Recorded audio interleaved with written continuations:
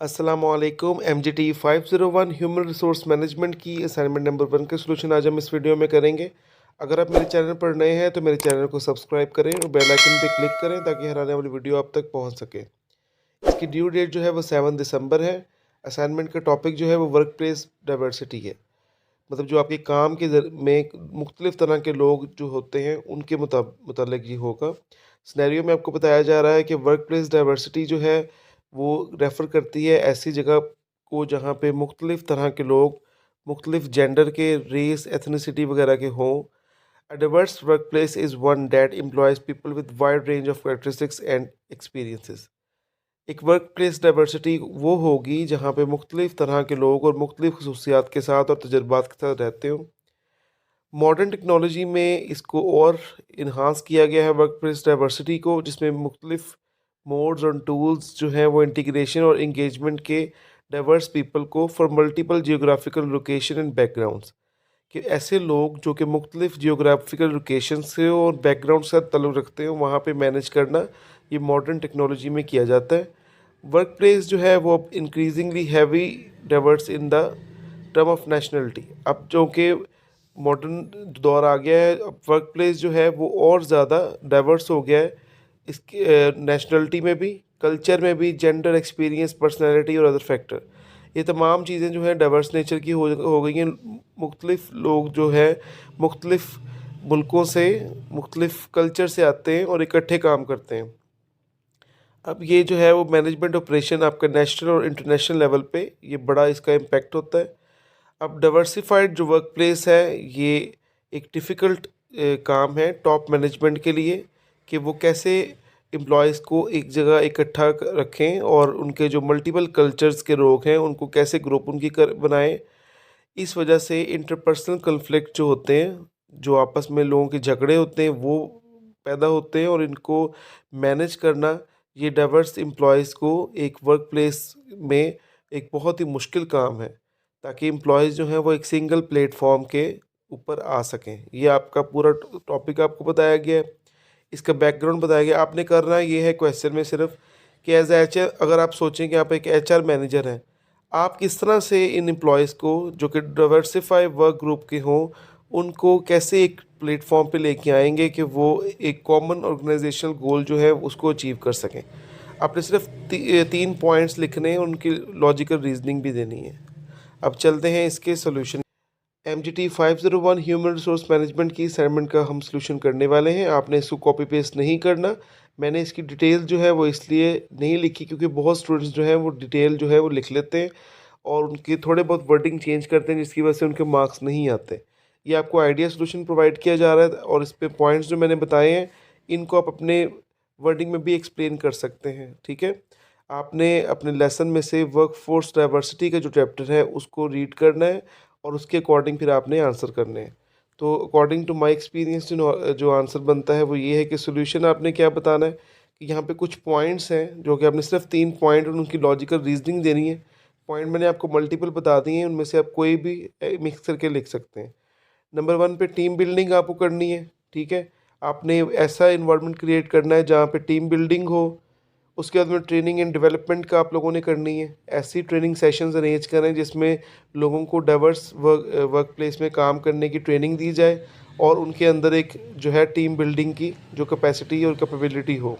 Recreational activities to build relationship, ये भी बड़ी इंपॉर्टेंट चीज़ है कि आपने ऐसी एक्टिविटीज़ एम्प्लॉयज़ से करवानी है जो डाइवर्स नेचर में काम कर रहे हैं। लाइक उनकी पार्टीज़ अरेंज करें at the end of the month, या उनकी कोई रिक्रिएशनल ट्रिप्स या ऐसे कोई उनके गेट टुगेदर करें जिसमें वो पर्सनली एक दूसरे से मिल सकें और आपस में रिलेशनशिप बिल्ड कर सकें। तो ये भी एक बड़ा बेहतर तरीका है कि लोगों को एक प्लेटफॉर्म पे लेके आने का, और जिस तरह से वो जब आपस में एक जैसे हो जाएंगे, आपस में फ्रेंड्स बन जाएंगे, तो उनके लिए कोई फिर जो है डिस्क्रिमिनेशन नहीं रह जाएगी। परफॉर्मेंस अप्रेजल भी बड़ा एक इम्पॉर्टेंट पॉइंट है। कुछ ऐसी फर्म्स होती हैं जहाँ पे एम्प्लॉयज़ को परफॉर्मेंस अप्रेजल नहीं उनकी की जाती, तो यहाँ पे जो आपकी परफॉर्मेंस अप्रेजल बड़ी हार्ड एंड फास्ट होनी चाहिए। लोगों को उनकी जेंडर, रेस की बिना पे आप लोगों ने जो परफॉर्मेंस नहीं, उनको एवेलुएट नहीं करना, आपने परफॉर्मेंस को अप्रेज़ करना है एट द परफॉर्मेंस लेवल पे, ठीक है। जो अच्छा परफॉर्म करेगा वो बंदा ज़्यादा बेटर होगा। इससे जो एम्प्लॉयज़ के अंदर लॉयल्टी बिल्ड होती है और वो फिर कंपनी के लिए या ऑर्गेनाइजेशन के लिए अच्छा काम करते हैं और गोल्स को अचीव करने में हेल्पफुल साबित होते हैं। रिजॉल्व एम्प्लॉयज़ इश्यूज़, आपने कोई भी कन्फ्लिक्ट होता है, ठीक है, उसको इंस्टेंटली सॉल्व करना है ताकि एम्प्लॉयज़ से कोई भी इशू है वो कोई आपको ऐसा उनको डिसार्ड ना करे, और वो उनको एज़ अर्ली एज़ पॉसिबल जब उनके इश्यूज़ रिज़ॉल्व होंगे, ये उनके जो लोग आउट ऑफ द टाउन से बिलोंग करते हैं उनके ज़हन में ये ना आए कि ये लोग सिर्फ नेटिव जो लोग हैं वहाँ के रहने वाले हैं उनके मसले सुनते हैं, हमारी बात नहीं सुनते। तो ये चीज़ें भी आपने बड़ी इंपॉर्टेंट करनी है।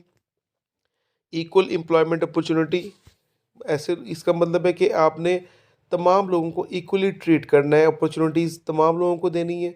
अगर कोई जॉब वैकेंसी आती है तो उसमें आपने तमाम लोगों को जो अप्लाई करने का हक देना है, और जो भी कॉम्पिटेंट होगा उसी को उस चीज़ के लिए फिर है अपने हायर करना है, ठीक है। और लाइक कुछ लोग जो है वुमेन के बारे में बड़ा स्टेरियोटाइप बिहेवियर रखते हैं कि औरतें काम नहीं कर सकती।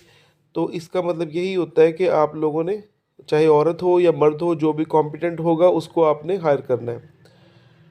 डिमिनिशेस स्टेरियोटाइप बिहेवियर, कुछ लोग ऐसे हैं जो कि स्टेरियोटाइप रखते हैं किसी भी इंसान के बारे में या किसी दूसरे कल्चर के लोगों के बारे में, बड़ा एक मुनफरिद सा बिहेवियर रखते हैं कि ये लोग इस तरह से हैं, ये लोग इस तरह से हैं। आप लोगों ने इस चीज़ के बिहेवियर को डिमिनिश करने की कोशिश करनी है, ख़त्म करने की कोशिश करनी है, ताकि जो एक अच्छा जो है एनवायरनमेंट पैदा हो जिससे लोग फ्रीली एक दूसरे के साथ काम कर सकें और वो अपनी ऑर्गेनाइजेशन के जो है वो बिहेवियर से सेटिस्फाइड हों। हॉरिजॉन्टल कम्युनिकेशन का मतलब क्या होता है कि आपने जो इसमें कम्युनिकेशन, अगर कोई उन्होंने अपना कोई मसला रिजॉल्व करवाना है तो उनको 6 जगह पे जाना ना पड़े, वो डायरेक्ट हॉरिजॉन्टल एक दूसरे से डायरेक्ट बात कर सकें। लाइक अगर किसी एम्प्लॉय को किसी अपने सुपरवाइज़र से कोई क्वेश्चन पूछना है तो वो डायरेक्ट उससे पूछ सके, या कोई प्रॉब्लम ऐसी है या कोई ऐसा ऑर्गेनाइजेशन का इशू है, उनकी भी राय जो है वो ली जानी चाहिए, डेमोक्रेटिक इन्वायरमेंट होना चाहिए। तो ये भी आपके अंदर ऑर्गेनाइजेशन को के गोल्स को अचीव करने में इन द डाइवर्स जो वर्कफोर्स में हेल्प करता है। चेन ऑफ कमांड का मतलब ये है कि आपने टॉप जो कंपनी के या ऑर्गेनाइजेशन के इम्पोर्टेंट टॉपिक्स हैं वो सिर्फ टॉप लेवल पे ही रिजॉल्व होंगे। तो इसमें तमाम लोगों को जो है विदाउट चेन ऑफ कमांड जो है वो आपको, जो कॉम्पिटेंट एम्प्लॉयज़ हैं उनको हक होना चाहिए कि वो किसी भी मसले में अपनी राय दे सकें। रीइंफोर्समेंट, एम्प्लॉयज़ की जो वर्क या उनकी जो परफॉर्मेंस है उसको देखना चाहिए, इसको मंथली बेसिस पे या वीकली बेसिस पे इनको चेक करना चाहिए, और अगर उनको पॉजिटिव, नेगेटिव या पनिशमेंट की ज़रूरत है, पॉजिटिव रीइंफोर्समेंट की, नेगेटिव रीइंफोर्समेंट की, या उनको पनिशमेंट की ज़रूरत है, तो इससे उनकी परफॉर्मेंस जो है वो बहुत बेहतर हो जाती है। और अगर उनको कोई भी चीज़ की ज़रूरत है या ट्रेनिंग की ज़रूरत है तो वो रिज़ॉल्व हो जाती है। ये मैंने 10 पॉइंट आपकी नॉलेज के लिए लिखे हैं, आपने इनमें से सिर्फ 3 लिखने हैं। आपने एज़ इट इज़ बिल्कुल सेम वही नहीं लिखने, आपने कोई भी 3 चूज़ करके जो मैंने एक्सप्लेनेशन दी है उनको अपनी वर्डिंग में लिख के इसका सॉल्यूशन बना सकते हैं। उम्मीद है आपको इसकी समझ आई होगी। वीडियो को लाइक कीजिएगा, शेयर कीजिएगा और मेरे